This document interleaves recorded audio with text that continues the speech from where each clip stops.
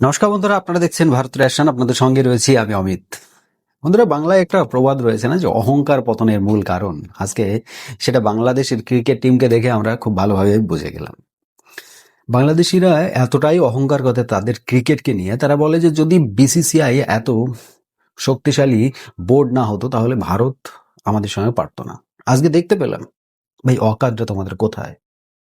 দেখুন, আমরা ক্রিটিসাইজ করতে চাইনি, আমরা কোনো রকম ভাবেই অহংকার করতে চাইছি না। আমরা বোঝাতে চাইছি, আয়নাটা ধরতে চাইছি তোমাদের সামনে।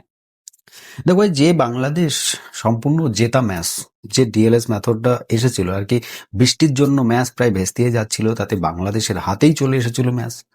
কারণ যখন 2 উইকেটে বাংলাদেশ এত রান করে ফেলেছে এবং তারপরে 8টা উইকেট হাতে থাকতে ওই 70-75টা রান একটা টিম যে করতে পারে না, এটা বাংলাদেশকে দেখলেই বোঝা যায় আর কি। এর আগে 2016 সাল মনে আছে তো? মহেন্দ্র সিং ধোনি ক্যাপ্টেন কিভাবে ম্যাচটাকে ওদের পকেট থেকে বের করে নিয়ে আসলো। লাস্টের 3 বলে 2 রান দরকার, অথচ সেই 3 বলে 3টে উইকেট হারিয়ে 1 রানে ভারত জিতেছিল সেই ম্যাচটায়। হয়তো সেই ম্যাচটা বাংলাদেশের কাছে একটা ভয়ঙ্কর দিন ছিল। সেই দিনটা বাংলাদেশের হয়তো এখনো স্বপ্ন আসে সেই সমস্ত প্লেয়ারগুলোর যারা সেই ম্যাচটাই পারফর্ম করেছিল, এবং যে দর্শকগুলো সেই মাঠে ছিল তারাও হয়তো এখনো সেই ভয়ঙ্কর স্বপ্নটা রাত্রিবেলায় দেখে।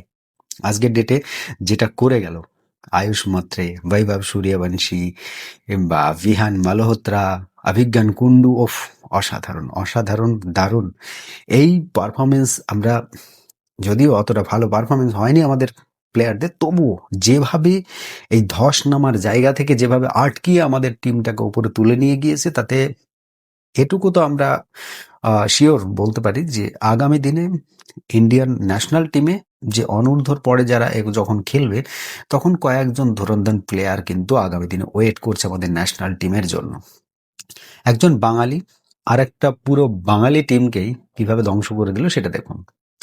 অভিজ্ঞান কুন্ডু একজন বাঙালি, তিনি কি যদি ওইভাবে নিজেকে ক্রিকেটে পিচে যদি দাঁড় করিয়ে না রাখতেন আর যদি ওই স্কোরটা না করতেন, তাহলে কিন্তু আজকে যে স্কোরটা ভারতের স্কোর বোর্ডে দাঁড়িয়েছিল সেটা কিন্তু আসতো না। এটা একটা সুন্দর পারফরমেন্স তার। বৈভব সূর্যবংশী অসাধারণ যেভাবে পারফর্ম করছে। আগামী দিনে এখন থেকে সকলে কিন্তু বিরাট কোহলি এবং সচিন তেন্ডুলকরের সঙ্গে এর কম্পেয়ার করছে, যদিও এটা এখনো অনেক দূরে রয়েছে। কম্পেয়ার করা অতটা সহজ না বা অত ঠিক নয়। আমরা এর আগেও দেখেছি বিভিন্ন প্লেয়ার ভালো জায়গা থেকে ঘুরে এসে অনেক খারাপ হয়ে গিয়েছে। তো এটা আমরা চাই না যে খারাপ হোক। তবে আজকের ডেটে যেটা কথা বলছি সেটা হচ্ছে বাংলাদেশ এবং ভারতের ম্যাচ। আপনারা সকলেই জানেন আন্ডার 19 ওয়ার্ল্ড কাপ চলছে, আর সেই ওয়ার্ল্ড কাপে বাংলাদেশের সঙ্গে ভারতের খেলা ছিল। এ গ্রুপের 4টে টিম, বাংলাদেশ, ইন্ডিয়া, নিউজিল্যান্ড এবং ইউএসএ। তো এই 4টে টিমের সঙ্গে একে অপরের সঙ্গে খেলা হবে। ভারতের সঙ্গে বাংলাদেশের হয়ে গেল ভালো, ভারত 2টো ম্যাচে টপে চলে আসলো স্কোরের, মানে যে টেবিলের টপে আসলো। বাংলাদেশ একটা হারলো, হারার পরে এখন বুঝতেই পারছেন কোন জায়গায় দাঁড়িয়েছে। বাংলাদেশের কাছে কিন্তু আগামী দিনে প্রেশার চলে আসলো, কারণ 3টে টিম যাবে এক একটা গ্রুপ থেকে, তারপর গিয়ে যে গ্রুপ পর্বের খেলা সেটা হবে। তো খুব সহজ হবে না বাংলাদেশের জন্য। প্রথম ম্যাচটাই যখন বাংলাদেশ এইভাবে হারলো, তাদের মনোবল কিন্তু রীতিমতো ডাউন হয়ে গিয়েছে। বাংলাদেশ একটা সময় আমরা কি ভাবছিলাম, বা ম্যাচটাকে তারা হাতের মুঠোয় করে ফেলেছে। বৃষ্টি চলে আসলো, 2 উইকেটে তারা যথেষ্ট ভালো একটা স্কোর করে ফেলেছিল। তারপর বৃষ্টি আসলো, বৃষ্টি আসার পরে মনে হলো যে এইবার বাংলাদেশ নিজের পকেটে গুঁজে নিয়েছে। কারণ ডিএলএস মেথড আসার পরে বাংলাদেশকে কত রান করতে হতো? আই থিঙ্ক যত সম্ভব 70 কি 72। তো ওই 70-75 রানটা তারা 8টা উইকেটের বিনিময়ে করবে। ওই 75 বলে 72 রান যত সম্ভব। তো এই 72 রান তারা 8 উইকেটের বিনিময়ে করবে। 75 বলে 72 রান কি খুব বেশি? আমার তো মনে হয় না।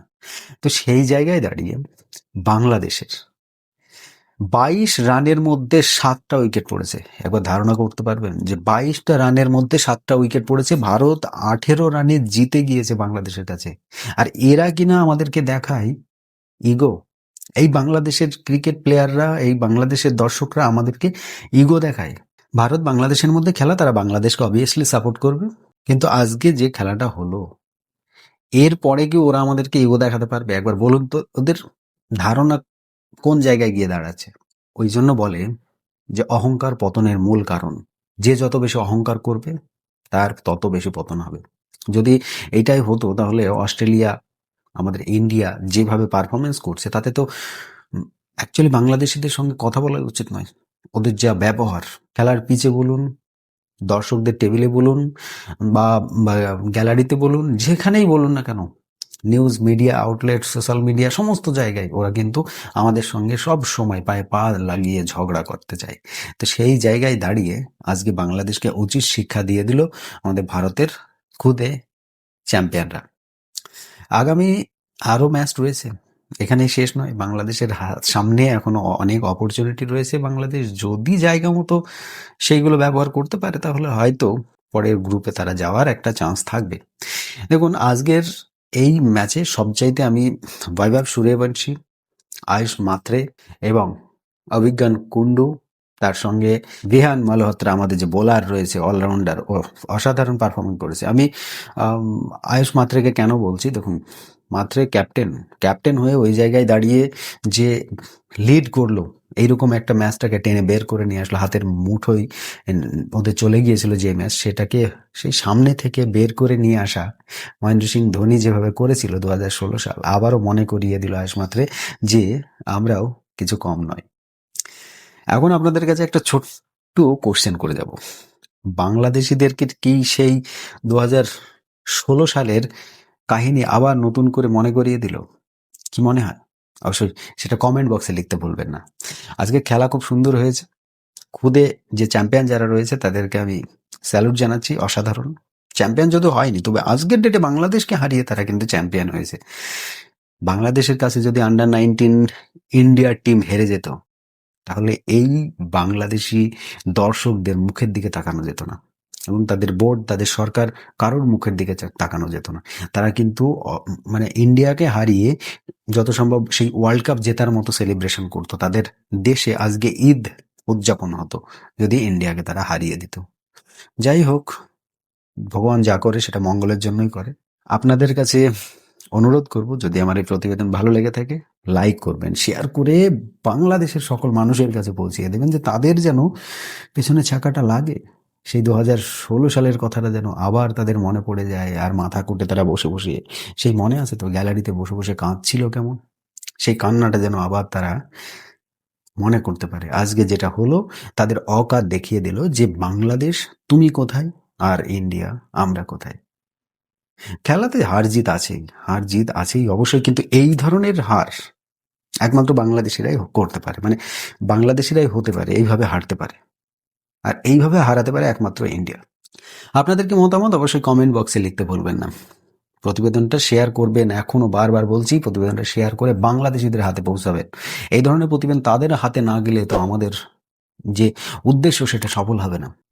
যাই হোক, প্রতিবেদন এখানে সমাপ্ত করছি। সকলে ভালো থাকবেন, সুস্থ থাকবেন, ধন্যবাদ।